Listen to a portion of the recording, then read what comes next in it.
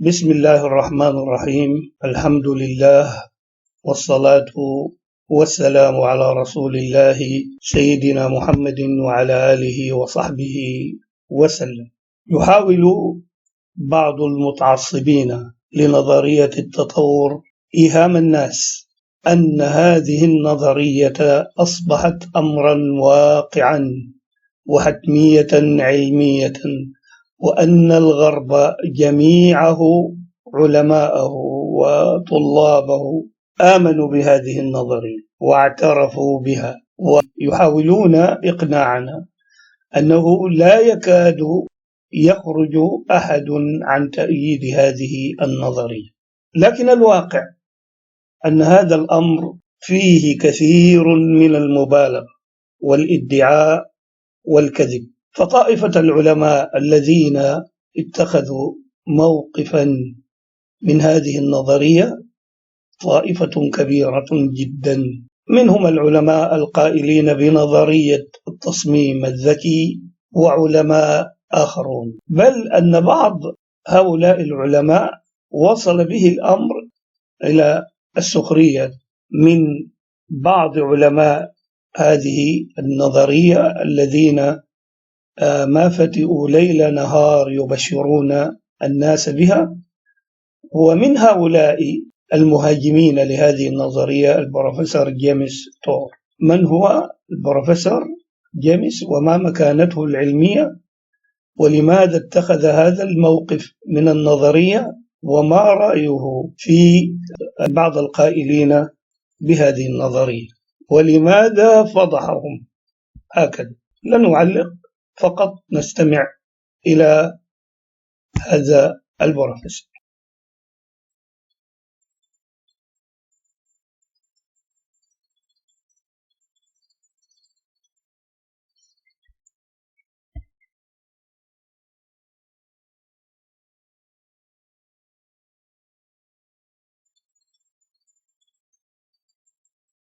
If anybody should be able to understand evolution, it is me. Because I make molecules for a living. And I don't just buy a kit and mix this and get that. I mean, ab initio, I make molecules. I understand how hard it is to make molecules. I understand that if I take nature's toolkit, it can be much easier. Because all the tools are already there, and I just mix it in the proportions that, and I do it under these conditions, but ab initio is very, very hard. I don't understand evolution. And I will confess that to you. Is it okay for me to say that I don't understand this? Is that all right? I know that there's a lot of people out there that don't understand anything about organic synthesis, but they understand evolution. I understand a lot about making molecules. I don't understand evolution. And you would say that, wow, I must be really unusual. Let me tell you what goes on in the back rooms of science. With National Academy members, with Nobel Prize winners, I have sat with them, and when I get them alone, not in public, because it's a scary thing if you say what I just said. And I say, do you understand all of this, where all of this came from, and how this happens? Every time that I have sat with people who are synthetic chemists who understand this, they go, nope. These people are just so far off on how they believe this stuff came together. I have sat with National Academy members and Nobel Prize winners. Sometimes I will say, do you understand this? And if they're afraid to say yes, they say nothing. They just stare at me because they can't sincerely do it. I was once brought in by the dean of the department once, and many years ago, and he was a chemist, and he was kind of concerned about some things. I said, let me ask you something. You're a chemist. You understand this? How do you get DNA without a cell membrane? How do you get a cell membrane without a DNA? How does all this come together for this? He said, we have no idea. I said, isn't it interesting that you, the dean of science, and I, the chemistry professor, can talk about this quietly in your office, but we can't go out there and talk about this? If you understand evolution, I am fine with that. I'm not going to try to change you, not at all. In fact, I wish I had the understanding that you have. But about 7 or 8 years ago, I posted on my website that I don't understand. And I said, I will buy lunch for anyone that will sit with me and explain to me evolution, and I won't argue with you until I don't understand something. I will ask you to clarify. But you can't wave by and say, this enzyme does that. You got to get down in the details of where molecules are built.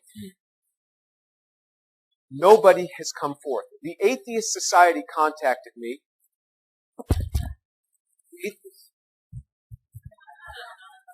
Atheist Society contacted me. They said that they will buy the lunch.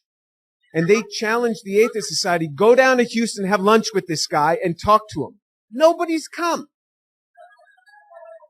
Now remember, because I'm just going to ask when I stop understanding what you're talking about, I will ask.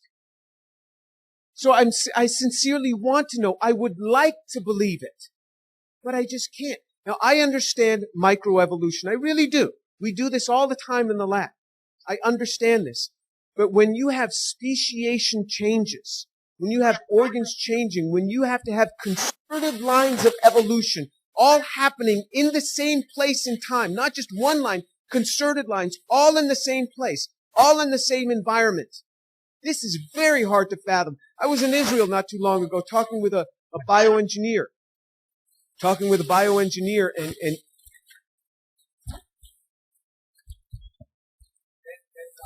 describing to me the ear. And he was studying the different changes in the modulus of the ear. And I said, how does this come about? He says, oh, Jim, you know, we all believe in evolution, but we have no idea how it happened. ولا يزال الرجل منتظر من يأتي ويلبي الدعوة إلى تناول الغداء أو العشاء ويفهمه نظرية التطور. الغريب في الأمر أن بعض العرب الذين يروجون لهذه النظرية يحدثونك وكأنهم أعلموا وأعرفوا مئات المرات من هذا البروفيسور. فهل لا تطوع أحدهم ومعظمهم يعيشون في الغرب وتناول معه العشاء وشرح له هذه النظرية؟ لا تعلم. أما الفيديو الثاني فهو عبارة عن استطلاع لبعض الأساتذة والطلاب، كلهم ملحدون، كلهم متخصصون في الأحياء، والسؤال أو الأسئلة تدور حول نظرية التطور. ستدهشون عندما ترون الإيمان الأعمى الذي يصفون به المؤمنين. ستجدون الآن الإيمان الأعمى عندهم بنظرية لم يفهموها أحد. إلى الفيديو. You're leaning that way because of evolution? Yeah. I don't believe in there's a guy in the sky that lives in the sky. You believe in evolution? Of course I do, yes. Live science says of Darwinian evolution, it can turn dinosaurs into birds, apes into humans, and amphibious mammals into whales. What Darwin showed in his work on evolution and natural selection is that we don't need to invoke any supernatural force or power to account for the development of life through time on Earth. More like facts. There is too much evidence. It's the way it happened. You know, all the scientists pretty much agree with it. It's more of a fact. When did you start to believe? When I started to think for myself. When did you start believing? When I took my first biology class. It all started to make a lot of sense. The teacher made it very, very easy to understand. I generally trust the scientific community. It makes more sense than any religion or anything. The fossils they found of all the cavemen, the Homo sapiens, dinosaurs, it shows clear evidence. I believe in science. What's your major here at this university? Biology. Your biology major? Yeah. You believe in evolution? Yes. What's your major? Geology. Chemistry? Biochemistry. Environmental science and policy. I'm a physicist. Biochemistry. Hey, do you believe in evolution? Yes, I do. Yes, I do. I do believe in evolution. Are you a strong believer? Yep. Yeah. Absolutely. A scientific method is based on the collection of data through observation and experimentation. Science Daily. Could you give me some observable evidence that evolution is true? Something I don't have to receive by faith. Yeah. Some observable evidence. I mean, take a look at what happened 65 million years ago. Hang on, I can't. That's 65 million years ago. I believe, millions of years. So that can't be observed. Hundreds of thousands to millions of years?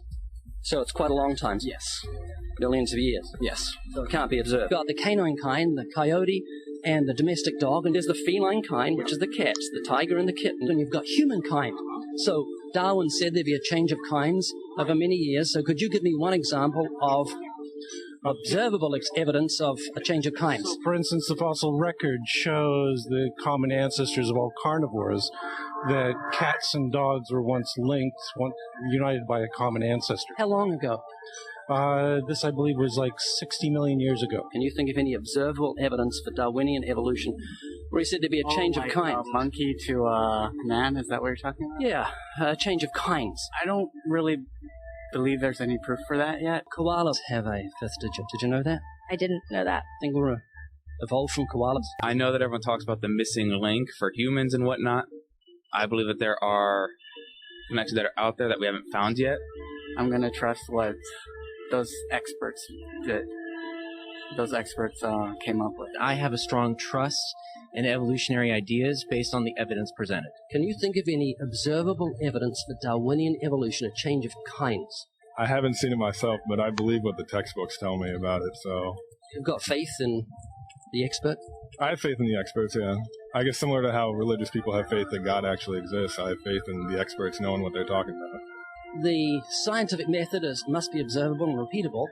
So could you give me one piece of observable evidence for Darwinian evolution? Okay, I would point to, as one great example is look at the genetics of the stickleback. What's that? So stickleback fish are a very interesting collection of species that were recently isolated after the end of the Ice Age. What have they become? They're various species of sticklebacks. They stayed as fish? Well, of course. Can you think of any observable evidence where there was a change of kinds? Fish. Human beings are still fish.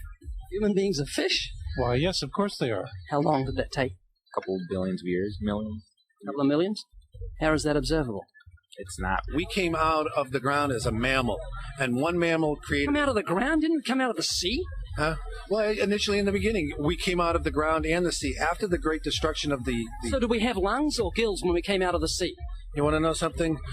Those that were in the sea, I guess, had gills, and those that were on land had lungs. But if we came out of the sea, we had gills in the sea. You want to know something? Who knows that we came out of the sea or we evolved from mammals? So you don't know? Huh? Of course I don't know. I'm accepting that they did their science correctly. Could you give me an example of Darwinian evolution, not adaptation or speciation, but a change of kinds? These are changes of kinds. They're still fish. They're distinctly different fish. We have thousands of examples. Can you give me one? I can give you thousands. Just one. For instance, I would say look at Lenski's experiments with bacteria. Then. So what do the bacteria become? The bacteria are still bacteria, of course. That's not Darwinian evolution. That's not a change of kinds, is it? It is a change. It is a change in the genetic makeup of the bacteria, which is still bacteria. Summarize the observable evidence that you give me for Darwinian evolution as bacteria becoming bacteria. No, it is bacteria acquiring new metabolic capabilities. You said before that there is lots of evidence for evolution. I just want one observable evidence for Darwinian evolution. No, just one. But I gave you some. You don't want... Not some, I want one. You don't want that. I want one. Yes, I do. I'm pleading with people. You asked me to tell you when I've watched one species evolve into another. Isn't that right? No, one kind into another. There's 14 different definitions of species. So I want a change of a kind. It has nothing to do with faith. Faith is something that I have to, unseen, I have to believe in. That's it, unseen. Look, do you believe evolution? Of course I do. Are you a believer in evolution? Yes, I am. When did you start to believe evolution? I started to believe evolution when I started to think out for myself. It's evolution of belief. Well, you know something. Evolution is a thought process. Is coming to terms and checking out all the alternatives, like taking a look at the religion, man-made religions. Let me ask you again: is evolution a belief? No, evolution is, well, yeah, in a word, yeah, I could say it could be a belief. Give me one instance. Yeah, we have an example from a group of birds called Darwin's finches. You take a look at the difference between the finches on the islands that all started out. I mean, that's very, very observed. But that's not Darwinian evolution. There's been no change of kinds. What do the finches become? They become genetically new and anatomically new, recognizably different species. They're still finches? Well, of course, they're still finches. Yeah, there's no change of kind. Little birds that he had observed. What did they become? Their beak shapes. They're still birds. Yes, 3 finches that turned into different types of birds. They're still on the island that he went on to there. Their beaks changed? Their beaks. Darwin spoke of a change of kind. Can you think of any observable evidence for Darwinian evolution with this? Change of kind.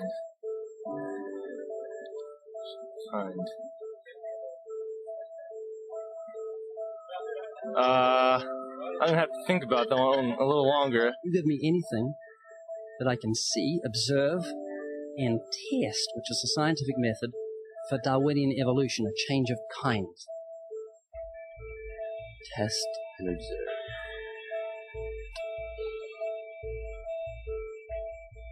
Could you give me observable evidence, which is the scientific method for Darwinian evolution, a change of kinds?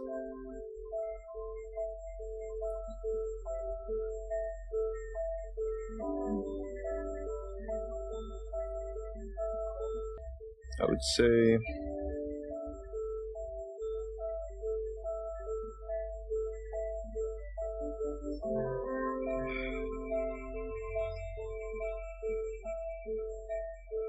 I cannot, I think.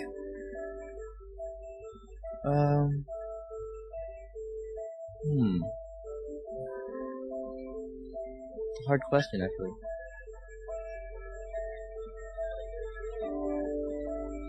Mitochondrial DNA.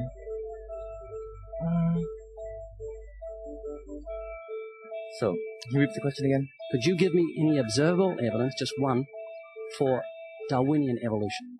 let me think about that for a second. Observable evidence, something where we don't have to exercise faith. Something that can be observed, like the scientific process, observable. That's a good question. That one I'm not quite sure. You can't think of any observable evidence for evolution? No. How do you know it's true?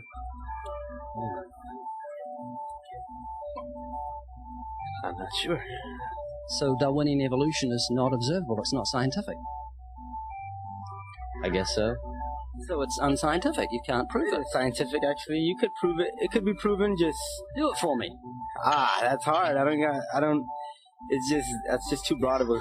Unobservable, that's why you need millions of years. Yes, exactly. You're trusting the biology majors and the biology professors know what they're talking about, and they can't even give me evidence of a change of kinds. Well, then there isn't one. If they don't give it, then I wouldn't say there was. I just go on what I've seen and what I've learned from class. So you believe? Yeah. You know what that's called? What? Blind faith. Blind faith.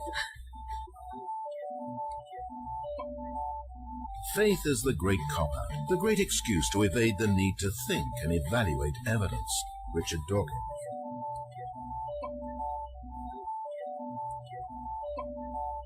وبعد هذه المشاهدة أظن أنني لا أحتاج إلى أي تعليق.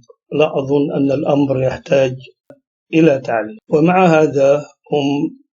ومع هذا يصف هؤلاء المتدينين بأنهم مقلدون وأن تديننا أعمى وأننا نغيب العقل عندما نؤمن بقرآن يبدأ بإقرأ ويدعو للعلم وتتكرر فيه الآيات الدالة على التفكر، بل يذهب إلى القول أن الذين يخشون الله هم العلماء، ويثني كثيرا على العلماء فيقول: قل هل يستوي الذين يعلمون والذين لا يعلمون واسألوا أهل الذكر إن كنتم لا تعلمون. كل هذا الاحتفاء بالعلم والعلماء في القرآن. السلام عليكم ورحمة الله وبركاته.